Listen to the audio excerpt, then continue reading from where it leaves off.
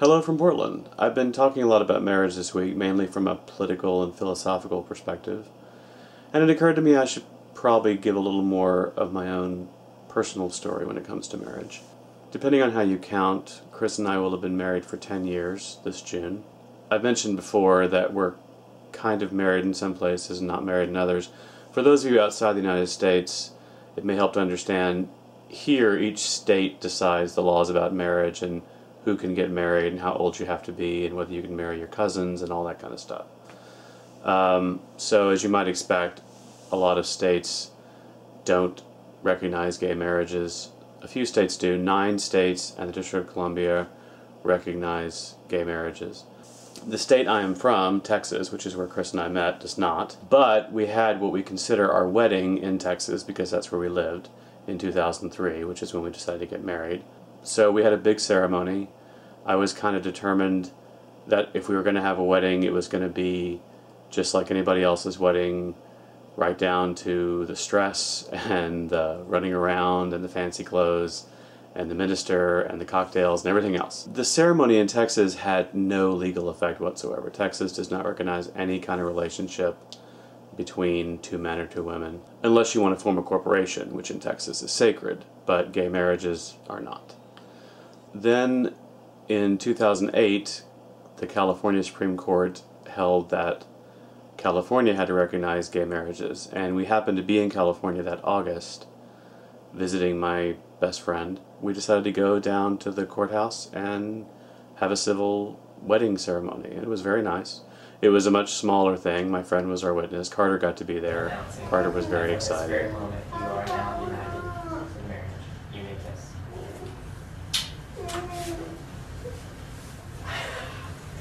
We're married. Do it again. Okay. Now, this was before Prop 8 was passed that November, which stopped gay marriages, although our marriage is still valid in California and the other states that recognize gay marriage. So I think I mentioned in a previous video, we are married when we're in California or Maryland or the District of Columbia or New York. I actually had an idea that because we're going to New York to celebrate our 10th wedding anniversary this June, and I was going to have a surprise wedding, and like on a TV show, and we would just go into a room and there'd be like a minister. Turns out you can't have a surprise wedding, New York, and this is probably a good idea. You know, New York, you have to show up together and apply for the marriage license. You can't just spring a wedding on somebody at the last moment. And this is one of the many ways, sadly, that life is not like television. As I was thinking about our wedding, I remembered the first wedding that Chris and I attended, which was my best friend Katrina. I was doing a reading at her wedding, and later she did a reading at mine. It was that first official event where Chris and I were a couple, and it was kind of a step in our relationship. I remember he had not met Katrina, who's my closest, oldest friend. We've been friends technically since junior high school, and he had never met Katrina. So the first time he met her, she was in her wedding dress. She came out and said, "Oh, this is how I always look." Anyway, I remember a few weeks after that we were visiting Chris's parents, and I was describing the wedding to Chris's mom, and I was talking about the reading and how much fun it was, and she was kind of following along, and then I mentioned the bride and groom, and she sort of stopped and said, "Oh, it was a real wedding." I know she didn't mean anything by it, and you know, it was 12 years ago. I should probably stop rolling my eyes about it, but there's something about that word real that's just always bugged me. You know, is that a real wedding? Are you really married? Are you Carter's real parents? You know, I mean, we're not his biological parents, but we're not imaginary. We're not holograms. We are real people, and we are really his parents. And really, no one's marriage is real. No one's marriage has tangible form.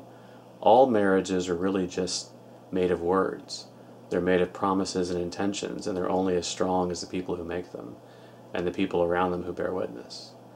And in that respect, I think we've been pretty fortunate. The most recent wedding that Chris and I attended was actually in London. My brother and his partner, who'd been together for about 10 years, had a civil partnership ceremony.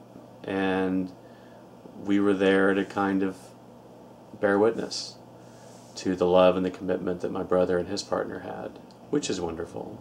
And I always seem to be doing readings of these things. So my brother asked me to read a poem by Neil Gaiman, which is quite beautiful, and almost made me cry. I held it together, but it was very touching. And they spoke their vows to each other, just like Chris and I had done almost 10 years ago. And they were heartfelt, and they were powerful, and they were absolutely real. Thanks for watching. I'll see you tomorrow.